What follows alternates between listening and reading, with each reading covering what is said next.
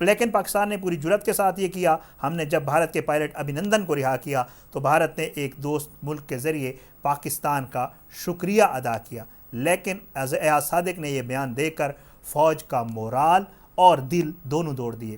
Army chief general Qamar Javed Bajwa کو زندگی میں پہلی بار اس چیز پر شدید غصہ آیا، لیکن یہ اپنا غصہ پی گئے. تحریک لبیک پاکستان کے حوالے سے وہاں پر بات ہوئی جو بہت ہی آج بھی خبروں میں ہے. باقاعدہ طور پہ برطانیہ میں جو ایک ہمارے دوستوں نے بہت ساری ویڈیوز کی ہیں، اب تک پہنچ چکی ہوں گی. میں بھی دیکھوں گا، اگر آپ نے کہا تو میں اس پہ ویڈیو ضرور کروں گا، بڑی تفصیلی ویڈیو ہو سکتی ہے اس کے اوپر. تحریک لبیک پاکستان کے بارے میں یہ بات ہوئی کہ یہ میاں نواز شریف نے علامہ طاہر القادری کا زور توڑنے کے لیے بنوائی تھی.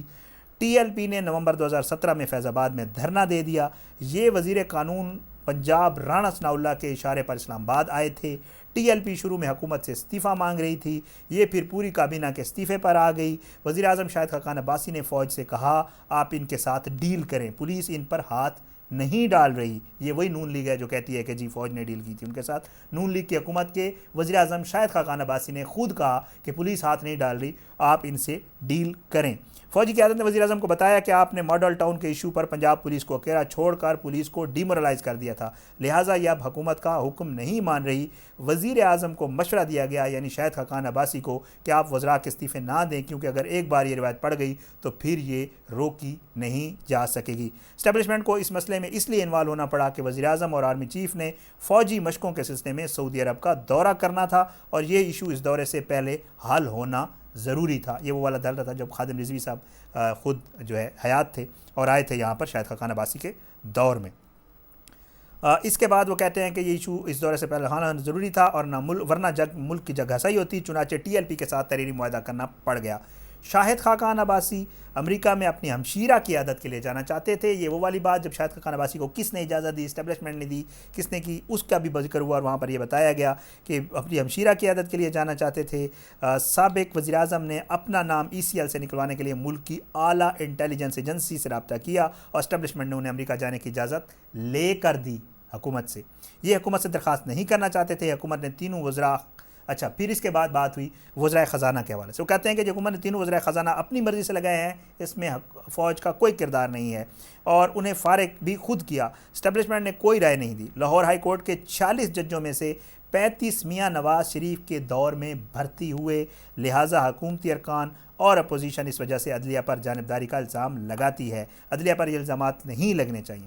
پاکستان کے سیکورٹی اداروں کو پتہ چلا کہ وزیر اعظم آفس اور وزارت خارجہ کی اہم دستاویزات لیک ہو رہی ہیں. سیکورٹی اداروں نے تحقیقات کی، یہ بات درست نکلی. وزیر اعظم آفس اور وزارت خارجہ کی اہم دستاویزات لیک ہو رہی ہیں. جب یہ تحقیقات کی گئیں درست نکلی. وزیر اعظم آفس اور وزارت خارجہ کا سسٹم ہیک ہو چکا تھا. میٹنگز کے منٹس تک ملک سے باہر چلے جاتے تھے. یہ بھی پتہ چلا کہ ہماری معلومات بھارت بھی جا رہی ہیں. سیکورٹی اداروں نے یہ سسٹم ٹھیک کیا اور اب یہ فول پروف ہو چکا ہے.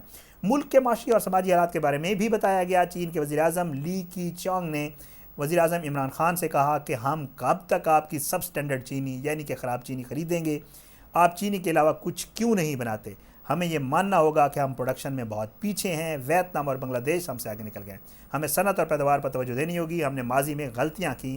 جنرل ضیاء الحق سے بھی غلطی ہوئی، جنرل پرویز مشرف نے بھی کوتاہی کی اور ہماری سیاسی قیادتیں بھی غلطیاں کرتی رہی ہیں. یہ اس ملاقات میں کہا گیا. لیکن اگر ہم ان غلطیوں کو روتے رہے تو ہم آگے نہیں بڑھ سکیں گے. ہم نے آگے بڑھنا ہے. یہ بتایا گیا کہ اسٹیبلشمنٹ کا ماضی میں افغانستان اور کشمیر پر موقف سخت ہوتا تھا. عوام، سیاستدان اور میڈیا تینوں اسٹیبلشمنٹ پر اعتراض کرتے تھے، لیکن آج اسٹیبلشمنٹ خود یہ معاملہ درست کرنا چاہتی ہے. ہم چاہتے ہیں کہ ہم جنگوں اور تنازع سے نکل کر آگے بڑھیں، لیکن ہماری نیت پر شک کیا جاتا ہے.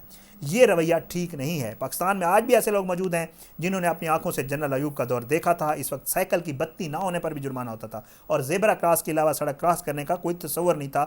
ہم ملک کو واپس اسی جگہ لے جانا چاہتے ہیں. یہ کہا گیا chief of army staff general Qamar Javed Bajwa صاحب کی طرف سے. یہ محب وطن ہے اور وہ کہتے ہیں کہ نواز شریف ملک دشمن نہیں ہیں، یہ محب وطن ہے اور موجودہ آرمی چیف کو بہت عزت دیتے تھے. فوج بھی ان کی عزت کرتی ہے، لیکن جہاں تک ان کے کیسز کا معاملہ ہے یہ فیصلہ عدالتوں نے کرنا ہے.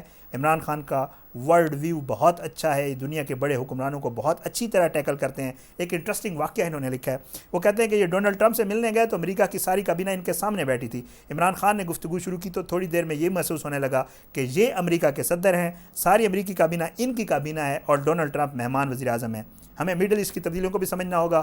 عرب ممالک میں نوجوان اقتدار میں آ چکے ہیں یا اپنے بزرگوں سے مختلف ہیں، یہ دنیا کو تجارتی فائدے اور نقصان کی نظروں سے دیکھتے ہیں، لہٰذا ہم اب زیادہ دیر تک ایک دوسرے کو بھائی بھائی نہیں کہہ سکیں گے۔ ہمیں اپنی معاشی پوزیشن بڑھانی ہوگی۔ ہم ہر سال 4 ارب ڈالر کا پیٹرول خریدتے ہیں اور انڈیا 40 ارب ڈالر کا۔ آپ خود سوچیں عرب ملکوں کو کس کے ساتھ تجارت میں فائدہ ہے، لہٰذا ہمیں ماننا ہوگا کہ ہم اگر معاشی طاقت ہیں تو دنیا ہماری عزت کرے گی، ورنہ دنیا میں کوئی ملک ہمیں سپورٹ نہیں کرے گا۔ یہ بھی بتایا گیا کہ فوجی قیادت جنرل اشفاق پریاز کیانی کی عزت کرتی ہے۔ جنرل کیانی نے جتنا کام کیا اتنا 10 آرمی چیف بھی مل کر نہیں کر سکتے تھے۔ ملک جا رہا تھا، جنرل کیانی نے اسے بچایا۔ اور یہ بھی بتایا گیا کہ پاکستان اب پرانی ڈگر پر نہیں چل سکتا، ہمیں ماضی کو بھول کر آگے بڑھنا ہوگا اور اس کے لیے ہم سب کو مل کر کام کرنا ہوگا۔ یہ ملک سب کا ہے اور یہ سب کی ذمہ داری ہے۔ تو اب پاکستان بدلے گا، یہ اس کالم کا عنوان تھا۔ جاوید چودھری صاحب سینئر اینالسٹ بھی ہیں، اینکر بھی ہیں، تجزیہ کار بھی ہیں، موجود تھے اس ملاقات میں۔